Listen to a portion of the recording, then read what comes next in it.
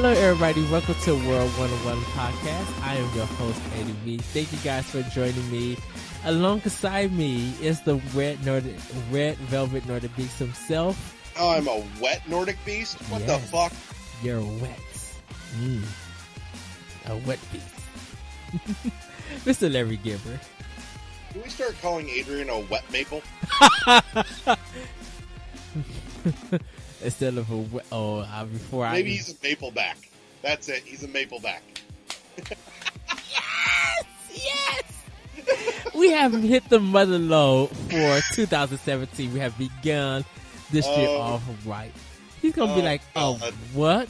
Cause see, I was about to say the other thing, and then I stopped myself. I was just like, hold on, wait. Let me see if Derek's gonna say it first. Okay, Maple back. Let's go with that. Yes. So we love you, Adrian. And Sir Tony and Adrian can be with us on this episode, but it's the new year. So happy New Year's to all our listeners. Thank you guys for, supporting World 101 throughout 2016 here on our podcast, joining us on different questions on the forum, which we'll probably, we'll let you guys know more about later on in the show. But how are you, Derry? How are you doing? I'm good. I've actually gotten to play fucking games over the last 2 weeks. It's strange and foreign, but it's nice. So, I've been actually Christmas Eve and Christmas Day. I finished. I blitzed all the way through Super Hot, which is absolutely fantastic. It's a bizarre puzzle shooter. Is the best explanation. The story is strange beyond belief, and if I tried to tell any more, I would just ruin it. Other than that, I've been playing through a good hunk of The Witness. I started out with more conviction than I've ended up with when it comes to The Witness. I like The Witness. I do. I like it a lot. However, I started out being very determined that I was going to figure it all out. No walkthrough, no help. And I've made a few modifications to that at this point. I'm standing by the fact that so long as I've at least come to understand a mechanic sufficiently, if I've hit a puzzle where I'm just beating my head on a wall in frustration, so long as I at least understand the base mechanics, I've come to be okay with looking for a solution, because I actually want to finish it and experience it and see where it goes. So I'm coming to grips with that, and I'm okay with that. I will say I was really, really impressed. However, I've hit a point where I'm finally going to call some bullshit on The Witness. There's a section of puzzles that don't quite match up with everything else, because all the other puzzles are all based on these rule sets, and I'm cool with that. They're very clever in that regard. However, there's one section of puzzles where those rules, none of that figures into it. It's all in just the angle in which you're looking at the puzzle and trying to get the light to reflect off it in the exact right way. And it's kind of shoddily done, which is a shame, because that at this point has really been the only big damper on the experience for me. Other than that, it's been really solid, but that batch of puzzles was bullshit. So yeah, the visuals do not quite do enough justice to that section of puzzles to make it passable. It kind of reminds me of that last puzzle in Fez where the answer didn't actually make any fucking sense, and it was just a matter of brute forcing your way through it. Oh, wow. So I was a little saddened by that. But that aside, everything else in The Witness is really neat. I like stumbling across some of the environmental puzzles. I'm hoping that most of them are reasonably obvious enough and not so super obscure as to piss me off. But the logic behind most of it makes sense. And that's an impressive thing to do for that many puzzles and mechanics. And I screamed like a little giddy schoolgirl when I came across James Burke as a bonus in The Witness. Because James Burke is fucking awesome. If you don't know who he is, go look him up and go look up an old series called Connections. Connections. Why do I don't remember that? Go look it up. It's old as shit. It's on YouTube and it's cool as hell. But in any case, so working on powering through The Witness.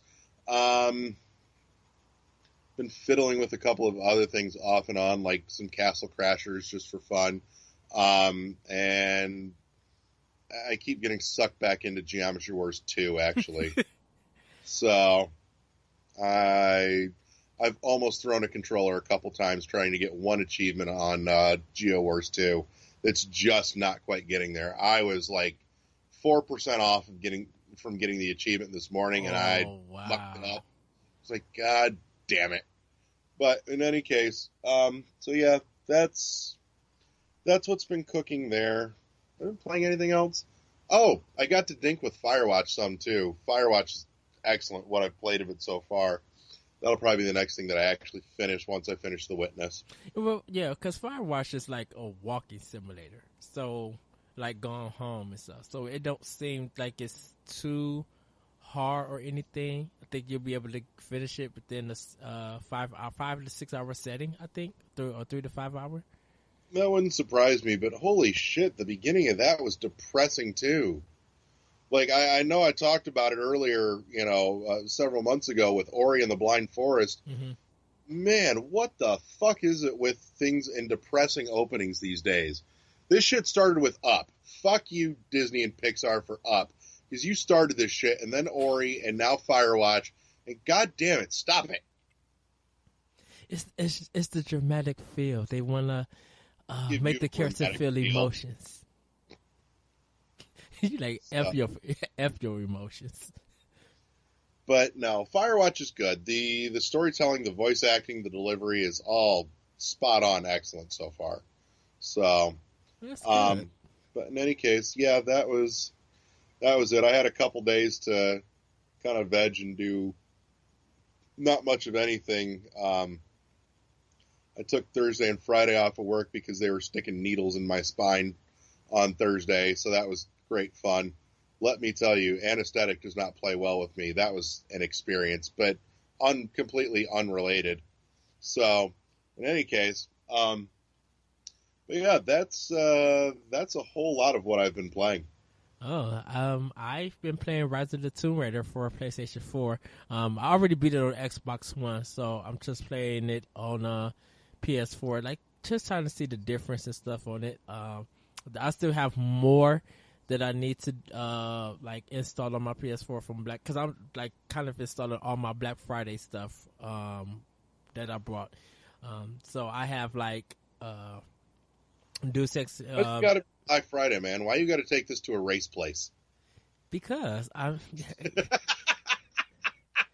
You know me. I'm always Put that card back in the deck, motherfucker. I'm always racially charged. Look, if you listen to some of my other podcasts that I do, I talked about Red Dead Redemption too, and I was just like, look, I'm sorry to say this, and I don't care who ever takes it the wrong way, but this game is for white folks.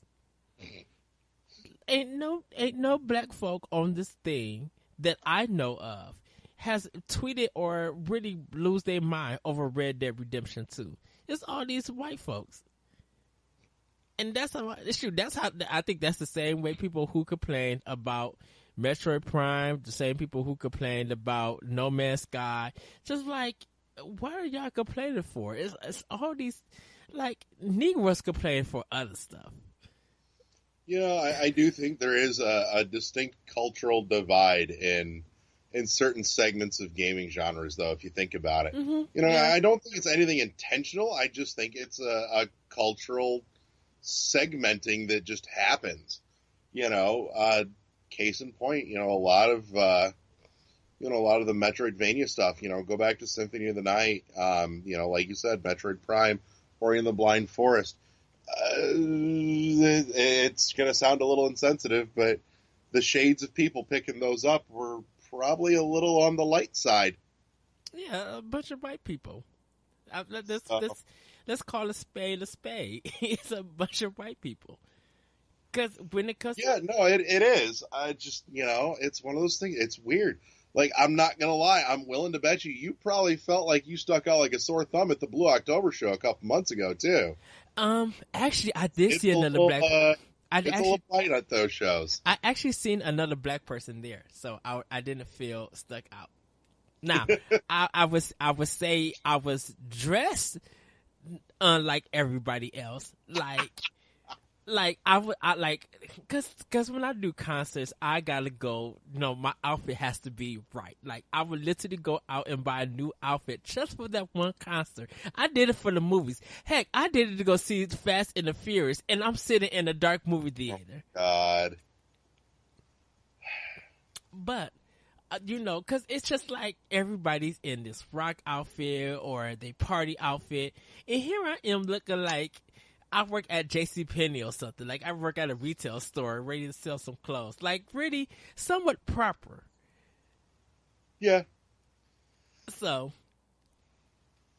but yeah. No, I do think maybe this is this is like a deep research, deep thought subject that we need to get into one of these days. Yes. But I feel like we should absolutely have Adrian here for that one, though. And I think we need to fill out the racial roster a little bit. and I'm not saying that Adrian's great though. Adrian's like a race card twofer. that is true. That is true. Playing the race card. That's gonna probably be the title of this game. A 52 deck of race cards. But I mean, with the Blue October, because I enjoyed it myself. That Blue October concert was amazing. Just I had so much fun with it. But I wasn't dressed like everybody else. And so my dressing attire was different than everybody else. Yes, this is a video game podcast, and we'll get back. We'll get back to it. But I was literally dressed to the T. I mean, I had jeans and, you know, my tennis shoes and stuff like that. But, like, my top was just, like, a V-neck sweater with a dress shirt and a tie. Like, very looking properish. Here is somebody else wearing, like, a rock and roll Meth Dedo t-shirt and stuff. I'm like, you know it's, like, 35 degrees outside right about now. Oh, yeah. So, so I've got something I've been sitting on for about 3 fucking weeks for this show.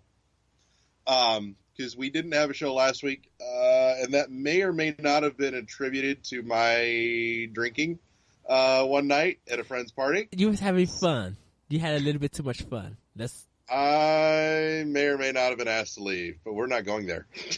But in any case, I had a thought that, like I said, I've been sitting on this for a couple weeks to share.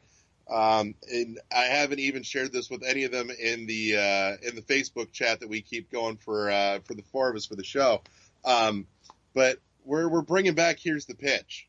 So I've got this brilliant idea, because Valve doesn't know how to count to fucking 3. We've already discussed this. Yes. We got as far as Half-Life 2. We got as far as Half-Life Episode 2. We got as far as Portal 2. Left 4 Dead 2. We will never get a 3 for any of them. But maybe Valve can fucking count backwards. So here's my thought. Since we're never going to see a Portal 3, and maybe that's not a bad thing either, because maybe they did everything that could and should be done with that mechanic. Instead, we can still enjoy the wonderful world of Aperture Science with the new game from Valve, Aperture Science. It's a prequel to the Portal series that takes place in the heyday of the Aperture Labs, with Cave Johnson still alive, with his secretary, who would eventually become Gladys, and actually, you know, playing as some of the test subject schlubs that were talked about in the pre-recorded sections in Portal 2, and, you know, actually being the test subject for some of the cool shit that they were working on, you know, that you got, you know, hints of in Portal 2 towards the end there, just to see what all was happening in that lab, you know, when it was actually running the way that it was supposed to back in the day. I think that'd be neat, and we'll just call it Aperture Science. I'm down for that. But the question I have is is Valve even ready to make another video game? I don't think they made one in, what, 7, 8 years? I think Half-Life Episode 2 was the last one they did. Or was it Portal 2? No. Portal 2 would have been last. Because Left 4 Dead 2 was already out before Portal 2. Okay. Portal 2 was the last one they put out. Because I think they figured that they just make too much money on Steam and whatever that controller is. If you want to call it a controller. Yeah. It is a shame that Valve has stopped doing games. It really is. I'm all for, and that's the other thing. Holy crap, I can't begin to fathom how running Steam is taking up so much of their fucking time, because it's not like they're putting any work into fucking quality control on that store. Oh, heck no. Jesus. Well, it's weird, because there's Steam Greenlight, and then there's, I guess, AAA Steam. Like, people like EA and Square Enix, and some of the indies put in their games on there. So it's kind of weird on how that system even works. And I don't use Steam or anything like that. I mean, I have no problem against it. I really don't care for the platform, since I get most of my games on console and ready to go. I just don't understand, like, there's just something about Valve that I just don't get at times. Just like, you guys started out as a developer. This started out as a brilliant developer, too. I mean, people were buying your game Half-Life. People bought up Left 4 Dead 2, bought up Team Fortress, bought up Portal 2. Like, they were selling a lot of they don't have that many titles to their names, but everything they released, people were buying them. I want to know what happened to all the poor people that were actually developing these games at Valve Studios. I have a feeling they left. That's about the only explanation at this point, because you don't sit for, unless you're fucking Team Eco, you don't sit for 7, 8 years twiddling your thumbs doing nothing. But what are you going to do? But speaking of Steam, some stuff coming up. It is up on, I believe, Greenlight. It's either Greenlight or Early Access, and somebody can kick me in the teeth later if I got it wrong. But a little bit of a throwback. I know I've talked some about some old PC point-and-click adventure games on several occasions. In particular, a favorite of mine from my childhood was the Journeyman Project series. Think very much in the vein of like Myst HyperCard adventure game, but it's all time travel based.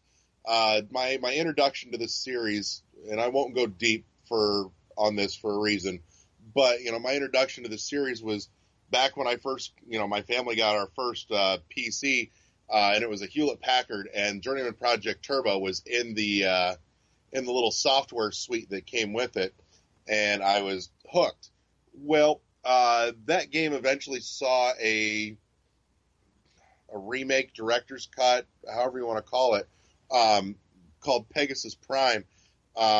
Pegasus Prime was originally only released in the States on Mac, but is now available across the board for Windows as well. Right now via goodoldgames.com, and also coming up, it is seeing release on Steam. Mm-hmm. And the reason I mention it is that the fine folks behind that will be joining us on the show to coincide with that release as that comes up on Steam. So for those that have not checked it out, I absolutely recommend it. This promotion is not paid for. I actually have a personal love for this series. You can actually get all 3 games bundled together on Good Old Games. And like I said, the re-release of Pegasus Prime, which if you're going to play the beginning of this series, Pegasus Prime is the way to do it. The original, as much love as I have for it, did not age terribly well. So yeah, pick up all 3 of those and give them a play. You will have fun. They get better and better as they go. We are very excited that they will be joining us in the coming months when Pegasus Prime hits Steam.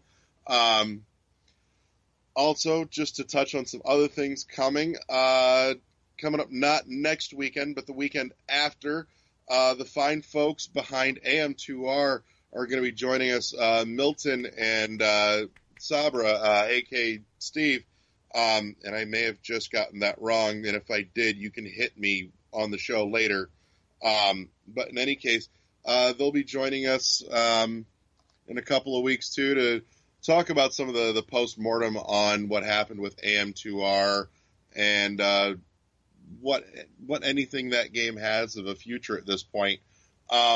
So that's a thing coming as well. We've got a few other things cooking for early 2017 for you guys as well. So keep your eyes and ears peeled, but those are just a couple things coming up. A few other things aren't quite locked down yet, so I'm not going to mention them, but if we get them to work and get them a go, then I think you'll all be in for some pleasant surprises. Yes. I know the AM2R one is going to kind of be big because it's going to be like a lot of questions, and they'll probably be like, these nerds, but is it going to be like, no, they got love and respect for us. Let's like, yeah. Like, oh, yeah. So. And a huge fucking shout out to Jonathan Holmes for actually helping piece that together and making that happen. Yay. He went out of his way to make that happen. So much love to Holmes for that. But yeah, that's so there's my Here's the Pitch. There's a little bit about what's coming. A couple things that you should all go check out. God, what else is going on these days? Yeah, no, lots. I've been spending a lot of time with Twitch lately too. That's a weird fascination that I don't know. With the witness and stuff. But in any case, what else have you had cooking, Eddie? It's been 2 weeks. What the hell? Just been planning my stuff out for my other podcast, and like I said, installing stuff for Xbox One. Getting ready for the Nintendo Switch reveal. I gotta kind of get my day together for that to find out all the news and make sure that all the podcasts and stuff is ready. Hopefully we'll be ready to record that day, like later on that night, and see what it says. Gaming wise or anything else wise, nothing major just yet. I've been trying to finish some of my backlog stuff and start some other things up. And I still got to go to GameStop and buy some Barbie games, because that's the first feature for this month. And you should smack yourself. And I'll explain why. I kind of want to experience some Barbie games. And this is more research based on my part than anything else, to understand how they're... It's research all you want. I call bullshit. I want to understand their design, and like we as older males and stuff, like we don't buy none of these games, and we don't look forward to playing any of them, even if it's for reviews. I don't, stuff. But apparently you do. I'm going to get you when I come down You're there. the one saying you're gonna go buy them. Yes, and I'm trying to explain why. And this is... It's way more fun if I just screw with you about this. Pretty much, yes. It wouldn't be no different. No, but I feel like that it's something definitely for me as the gamer that I kind of want to visit. Because throughout this year for 2017, I kind of want to visit games that I wouldn't touch and understand, come better familiarized with a lot of genres and a lot of topics that don't normally get talked about. So yeah, we don't play the Barbie games and stuff like there. But yet they continue to come out, and I don't know how the sale figures are for that. So I just kind of want to understand how these games are made why do they only cater to girls? And is it just is it a stereotypical thing? Is it an easy gift for you to get a girl who wants to play video games? Or do you believe that games like these that don't present no challenge are suitable for girls? And what is the fear of not giving them a challenging game? Like, why not give them something like Metroid AM2R and let them try to figure stuff out? Why can't we not give younger girls something like that? Why is it that they deserve Barbie games and sometimes maybe not well-designed Barbie games in that feature? So I want to explore that, and I kind of want to discuss it on Optional Opinion. I kind of want to see where does it take me and stuff like that. Because like I said, I still want to buy style savvy fashion. I want to understand why this game that some people just ignore might actually be good, and it might be good for some males who want to get into the fashion industry. So let's understand how a game that's designed around fashion, how does that work with males and stuff like that? I think you're going to find yourself sorely disappointed with that. But if you want to go into a fashion, centric game for guys, you can go crack out a copy of The World Ends With You. Oh, that is right. Shoot, that's if I could find a copy. That mug disappeared like everywhere. I know, it's criminal. That needs a reprint like stat. But in any case, so it's now officially closed. I've re-shared it and posted it for several weeks now. And sadly, Adrian is not here because one of his nominees actually won. Where we're talking about our 2016 Game of the Year stuff. So I have the nominees in front of me, and I have the winners in front of me. Starting with the nominees for our very first ever 2016 World 1-1 Podcast Game of the Year awards. The nominees for the prestigious Golden Warp Pipe Award this year were Titanfall 2. Yes! Xenoblade Chronicle X. Yes! AM2R. Yes! And Yooka-Laylee the Demo. And if you've paid any attention, you already know where this is going. But before you get into your reveal, and before you make any announcements, let's break it down in a quick sense on why these 4 games got nominated from each person. So I'm going to explain Tony and Adrian's point of view, and then you can explain AM2R. I'll explain Titanfall 2. I don't even need to explain that shit. I've talked about this.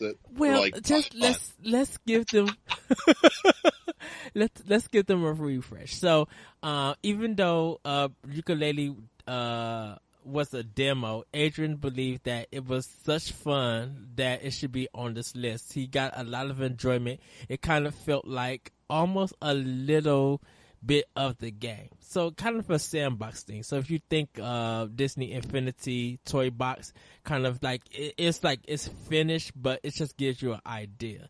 So he just wanted kind of a toy box, yeah. Yeah.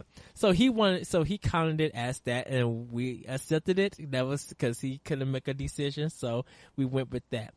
Tony put about 600 plus hours into Xenoblade Chronicles X, which is a fantastic game. I would have chosen that myself, but due to the fact that I had to choose something else, and we would try to do 2016, but there's just so many games that all of us didn't play, and so we left it open to 2015 also. So Tony put just the tail end of, anyways. Yes. So, which that will not happen again for 17, by the way. Look, if the Game Awards could do it for The Witcher 3, we could do it for World 1-1. Better. Huh? We're not the Game Awards. We're better. We have integrity. We're not officially sponsored by anyone, so shut up. We're not sponsored by the Gillette men. The Schick Hydrobot. Oh, whatever that crap was. That was ridiculous. For the record, I still believe that Jim Sterling had the greatest spoof of the Schick Hydrobot ever. Because if you haven't seen it yet, go check it out. He made a beautiful parody of that. Said that if the Game Awards can be sponsored by the Schick Hydrobot, the Jimquisition Awards can be sponsored by the Cornflakes Homunculus. And it was fantastic. I wish a lot of people did use that shtick or shtick, whatever it is, because they beers just like, look, y'all coming on stage with all these beers and not one of y'all bit shaved, like not really, but the show is sponsored by that. So about that. Yeah. So anyway, that was Tony's nomination, was Xenoblade Chronicles X. He put a lot of, which is a great game, fantastic, I still say. I'll stand by him, and I'm happy that he did nominate that. So let's go into your nomination, Larry. AM2R. I'm not going to go real deep just because I've talked way too much about it over the last 5 months, and they're going to be on the show in 2 weeks with us. But AM2R stands not only as my game of the year, but it now stands in a very proud place as my all-time favorite game, replacing the original Metroid 2. Like I said, it was done with so much love and care and reverence for the series and that particular entry into the series. So yeah, that's the little tidbit that I'm going to talk about with that, without going overboard and ruining some of the things that I want to get into in a couple weeks, with those fine folks when they come on. And then your nominee was Titanfall DOS. Yes, Titanfall 2, which is my game of the year for, nomination for game of the year for 2016. It's the most Nintendo X designed game. Every level, every shooting. If you guys are part of the World 1-1 forum on podcast, ooh, sorry about that. That Fanta grape, that Fanta orange pop just does wonders. But I love the cherry flavor. You're black, grape drinker. Get the fuck out. What you talking about? Oh, because I'm black. It's a grape drink. Really? Because I'm black. Race card back in the deck. Oh, I love that. and the thing about it is, why did I get super black on you? Which is like, really, a grape drink? Grape, really? Can that be the sequel to Super Hot? We can have a new game called Super Black. Oh, I love that. Super Black. I can't with you at the moment. I just can't at you.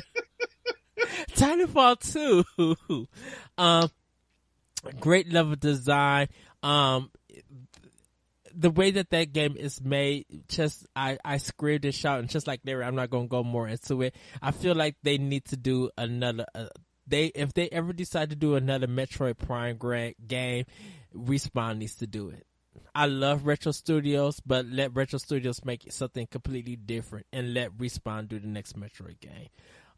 So that was my nomination. So now that's that all out the way, and Super Black, the sequel to Super Hot, is in production by some indie developer. Reveal who our winner is. Sadly not a whole lot of voting, but it did pull out ahead. AM2R did in fact win out with the little bit of love that went into the voting on this. And again, I do think that some of the voting had to do with the fact that there are some changes happening on the Facebook side in terms of where things are coming from, and obviously that's not going to be an issue, for 17.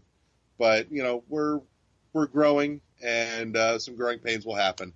But either or, AM2R did come out ahead and is the proud winner of the first ever prestigious World 1-1 podcast, Golden Warp Pipe Award for Game of the Year.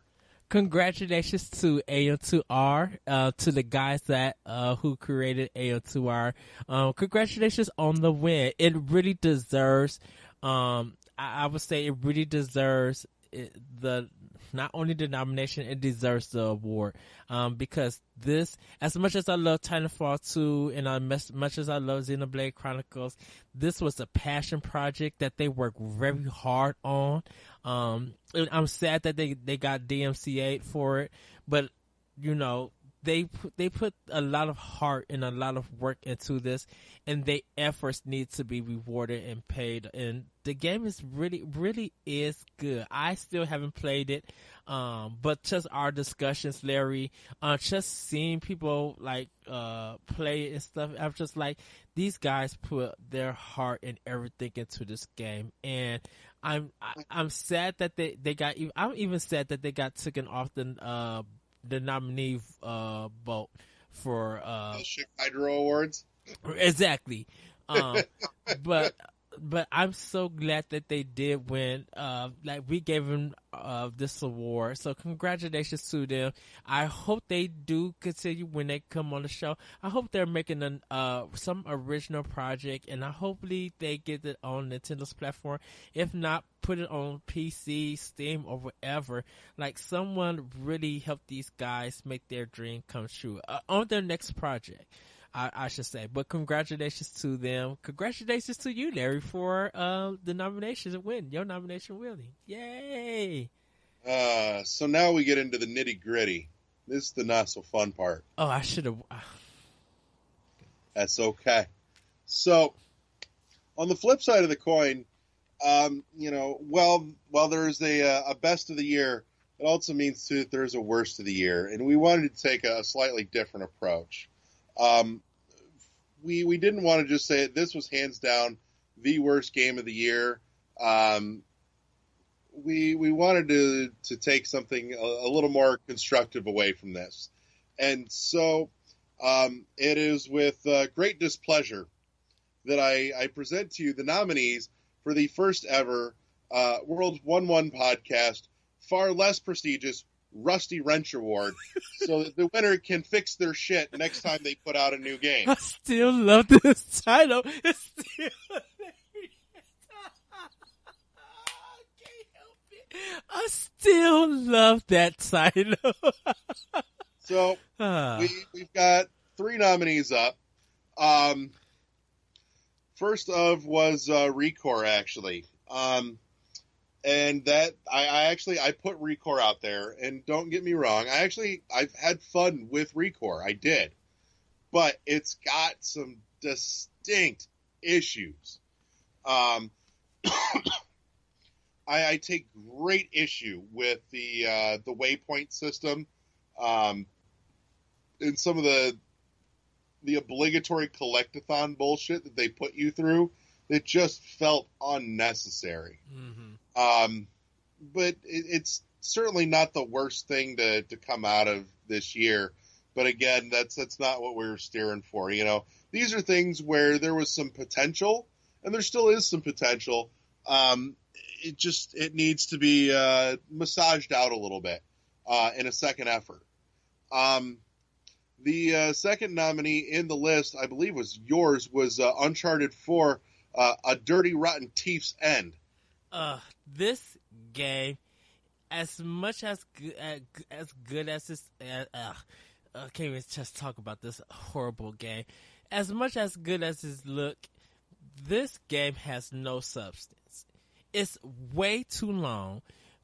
It pulls off the same on, okay, guess what? We'll do 80% flashback and then 20% for the rest of the game. And it's boring garbage. It's beautiful garbage at that, but it's boring. It has no substance. It does the same cliches that the Uncharted series is known for. It's not very cinematic, because there's just some things to be like, you should have literally been dead by 16,000 of these set pieces that you put in this boring long game. So, yeah, it's I wish I could just throw Overwatch in also into this category, but it's too late for that. But yeah, Uncharted. You know what? I'm going to say something here. On the back of something that was mentioned to me a couple weeks ago, and I'm not going to call it a resolution because I don't do that bullshit, but I do want to, on the back of something that was said, I do want to actually make an attempt to crack into a MOBA, and I may check out Overwatch at some point in 17. It's not my cup of tea. I'm not a shooter person. Dear God, I'm not an online multiplayer shooter person. But I there's clearly fucking something there, and kind of in the vein of what you're doing with your Barbie's Wild Horse Equestrian in My Butt adventure. That better not be the title. Oh God. Well, hell, anything to do with equestrian. If you've never seen it, Lewis Black has a great bit about that. Oh. Talks about it. He was dating a woman that was, into horse shows and stuff, and not that kind. Hold on, wait. Back. Is that the Kevin Smith.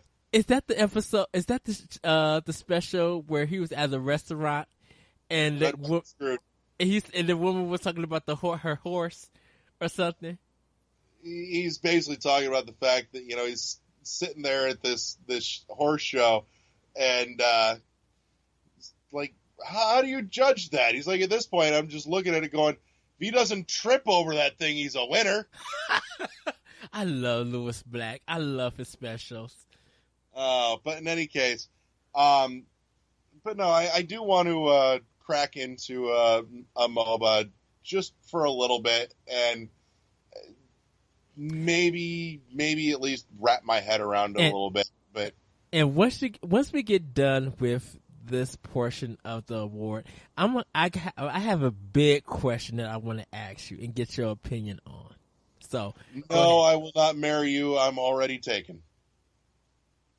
But I want your meatballs. So in any case, but back to the nominees here. We've got ReCore, Uncharted 4, and the final nominee that was actually put up by both Tony and Adrian, because Adrian bitched that he couldn't nominate a fucking controller for worst thing of the year. Okay, and I don't understand. Okay, Adrian, when you listen to this, a PS4 controller, really? I know that you have a displeasure for certain things, but a controller is a game of the year. You can't do controller of the year. Now, we can have a discussion about accessories. We can make that a theme and talk about it on World 1-1 when you come back. But we can't nominate a controller for a game.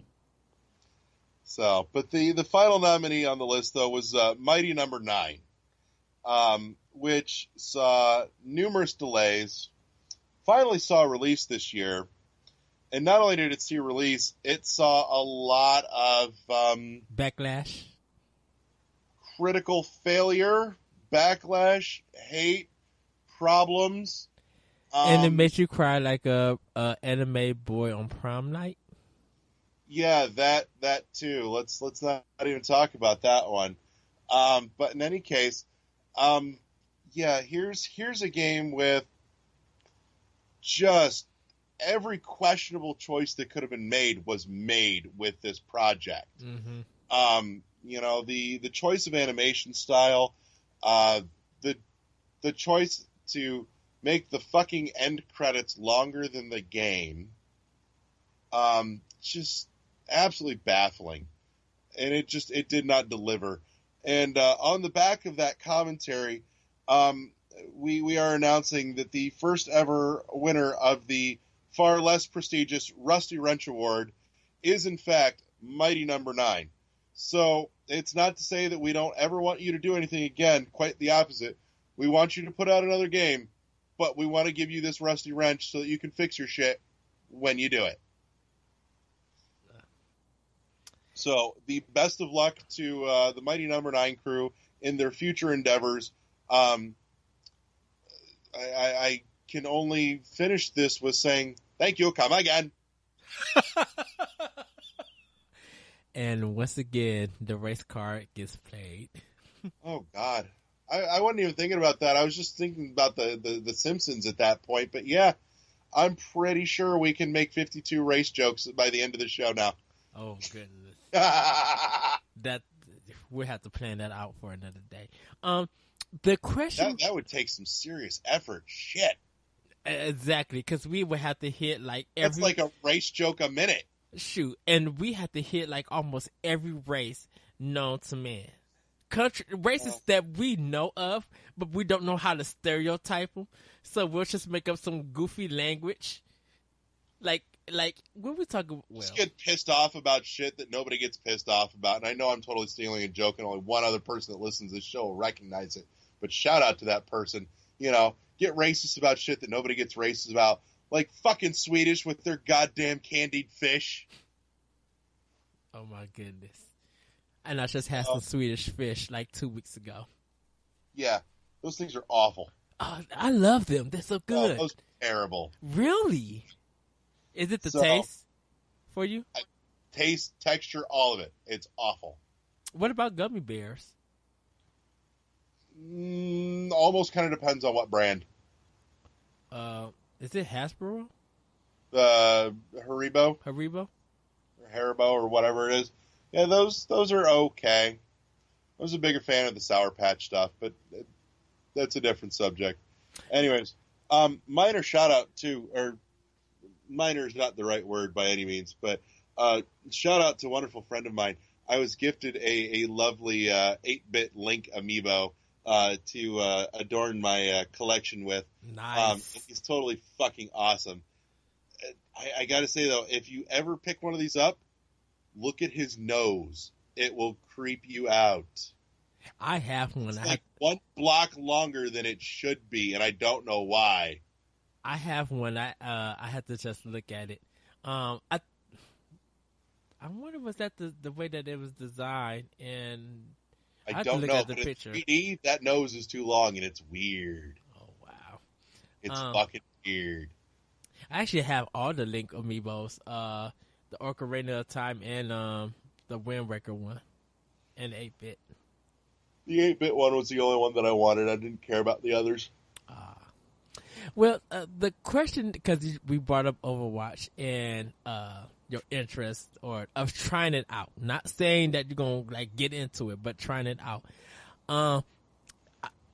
I posted a question about this on Twitter about how come people complain about Titanfall 1 being multiplayer only and people losing their crap about it, but then Overwatch comes out and it's completely accepted. Like, they're both arena shooters, and Titanfall, yes, even though that's class based and it's I guess a mobile game. I don't know how. I just see it as an online shooter because pretty much like Borderlands 2 could be almost on the same boat. It's just that Borderlands 2 has a story and it's only 4 players. Maybe that has something to do with it too. You know, granted, the first Titanfall didn't really have anything story-wise either. Right. But and again, it's not one that I dove into very much. But as I understand it, and I'm hoping to understand a little more, you know, Overwatch has a lot of personality driven into their characters, versus Titanfall, where, you know, here, outfit a mech and go shoot stuff. You know, there's not a lot of diversity in that. I think the personality or lack thereof could have a lot to do with that too. So, well, but maybe in the coming months I'll find that out a little more. Well, shoot, people are Overwatch, as good as it's sold and people claiming it as the game of the year.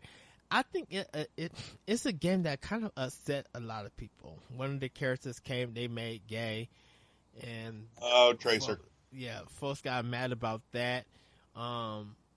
some issues with some people cheating, and it was just shock! Online multiplayer with cheating, because that's never happened to any game before ever.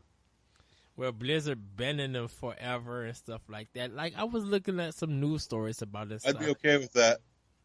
Of being banned forever. Yeah, I am totally okay with cheating assholes getting perma-banned. Well, I thought that normally happens in online games if they found out that you're cheating. But Microsoft was a big problem because it was just like folks who weren't cheating were getting reported, and then Microsoft banned their account, and they had to go go through a review process to get their account back or something. Yeah, no idea. Like I said, I'm not anywhere near that community right now to know what the hell's going on with that. But that's another thing too that I don't get. And again, maybe I will have to look a little deeper. Is the community for like Overwatch seems to only go to Overwatch. It does not transcend anything else. Versus where you've got like the speedrun community, there's so many games that this community digs into. Yes. And it's fascinating to me in that regard that the MOBA community sticks to like one MOBA and whichever is yours of choice, and does not wander away from it at all, versus going, I love MOBAs and, I'm going to fucking get down with all of them. It's, I love MOBAs. You need to play Overwatch. I love MOBAs. You need to play, League of Legends. Yeah. It's just, it's a very strange thing, and, probably as to what drives that. Do you think it could be dominance? Like you're so focused on this one game that you learn the ins and outs, and you're able once you be able to dominate in the game and make yourself feel good because of your skill is at such a high level. You don't want to learn anything else because you feel like someone's going to take your spot if you leave. But even still, turn around and look at the speedrun community. Yes. You watch them and they learn how many different games, the minute ins and outs and details of how many different games, and perfect them all. Right. So it's a weird cultural divide inside of our own weird little culture of games. Well, I see it as the speedrunners give themselves a challenge, which makes learning and playing different games enjoyable because it's a goal that they're trying to reach and how they attempt to get that goal. Whereas in MOBAs, it's just your one goal is just to be, in my opinion, to be dominant and to being that one best player. And if you're not that best player, you're going to force yourself to be the best player. Like, you don't care about speed runs and stuff like that. You just want to be like, I want to be the top, I want to be the best, and that's all to it. So they don't really give themselves a challenge because their challenge they do give themselves a challenge. Their challenge is to be perfect and make sure that no one else could be on that level of perfection. There may be something to that. So, but in any case, I think I've covered about everything I had to cover for the last couple of weeks, which just goes to show that I should have had more going on, but didn't. So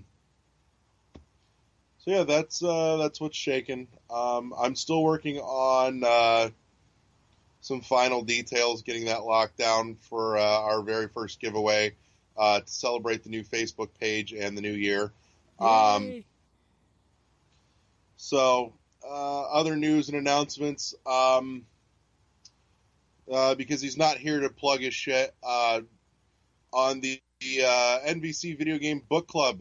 For the month of January, we are, in a fashion, revisiting a crowd favorite.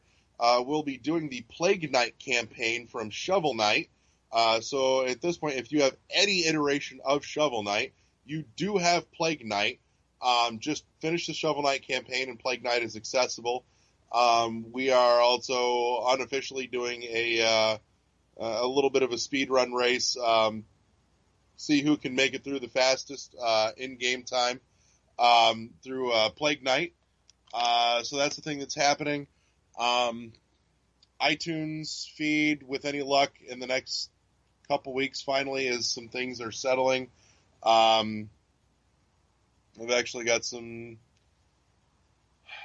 articles and ideas rattling around in my head that may actually make it onto binary paper for the Facebook page in the next couple weeks. So some articles hopefully coming out. What else is going on? You will find us on, or you'll find me at least on Twitch every once in a while broadcasting out. Like I said, lately I've been working on The Witness. Lord only knows where we go from there. Maybe Firewatch is next. But you'll find us on Twitch at World11 Podcast. All one word, all spelled out, because goddamn Twitch username restrictions. Yep. Other than that, we're in all the usual spots on archive.org. The new Facebook page. Click the like button. Get our content in your feed. It's just that easy. For those that want to go a little bit deeper, we were looking to get the community growing throughout 2017 on the podcast forum page there, the group page. Join in and join the conversation. Meanwhile, you'll also see our stuff show up along with Eddie's other show, Optional Subpinion or something like that. You know what? I'm going to deep throat you when I get a chance. Optional opinion. What kind of? Oh, that's so Asian. that's so broke. Yes, I got another race joke in. One more. I love you so much. But in any case, so yeah, check out Optional Opinion, and you'll also find our stuff in that feed as well too. Which I must say, everybody, in the coming weeks, a certain Nordic Beast will be showing up on my show. So things are happening, things are coming, things have happened. Like I said, we look forward to a wonderful new year with you guys. We look forward to growing the family a little bit, hopefully a lot actually, so that we can continue to bring you some awesome stuff and do more cool shit for you. But yeah, if you like us, if you tolerate us, or if you hate us, share us with your friends or people that you hate and subject them to us too. So let them hear our train wreck of professionalism, as we say. There it is. And so. And you guys can find me on Twitter at ThatRetroCode. Like Larry said, Optional Opinion is on SoundCloud. iTunes. You want to order a shitty beef? You can hear Optional Opinion on SoundCloud, the Anomalous Radio Network.podbean.com, iTunes, Google Play, and other podcast apps. I write on IGN.com under Anime, ENIME, where you'll be able to check my Optional Opinion blogs. Skirmish Frogs is my series called The Moment on there, where I talk about retro games. Twitch is the lyrical one, but Let's Learn. I just did like Titanfall 2, showing it, but I might also join Larry in some games if he wants to have me help him out on World 101, and just make sure that I get him a better mic or camera. Or see how that works. Yeah, I'm still playing around with the settings on the Kinect just to make shit work, but whatever. Yeah. It's an experiment at the moment. So, did you just get the Kinect, or? It's being borrowed. Actually, I'm borrowing it, so I'm kind of experimenting to see what works and what doesn't work with that in my setup. So. Oh, okay. Yeah, because I know the headphones that I'm using does the mic thing for the controller. to pick up the mic. I just don't have the Kinect camera or anything like that. Because I'm just like, who really wants to see me? If they want to see me, just watch all the other 1,000 podcasts that I'm on. But just watch my gameplay and just leave messages and stuff like that. But that would be our show, everybody. Once again, we thank you. Have a happy new year. Be safe. Hopefully 2017 goes better than, I guess 2016. I don't know why people are hoping for that, but I'm like, well, yeah. I'll talk about Rogue One, Star Wars Rogue One, next time, because I did go see that. And dude, was the movie theater packed when I went to go see it. It literally was sold out. Well, I believe it. I absolutely believe that shit. I do. Yeah. But it was hella good. Yeah, it was good. I actually went on the $5 day. So, that's why I ended up at Applebee's eating a salad. Then when I went to the next showing. Yeah. Oh. So. Yeah, that's the show. That's all we got. Yep, that's all we got. We will see you back in a week. Yes, we will. Well, hopefully we'll have a regular show. If not, our Free Woman stereotypical train wreck of professionalism. We'll make fun of somebody. We'll offend somebody, and it'll be all good. But until that, everybody, you can email the show at world11podcast@gmail.com. Also, WORLD11podcast@gmail.com. And with that, we are out. Bye.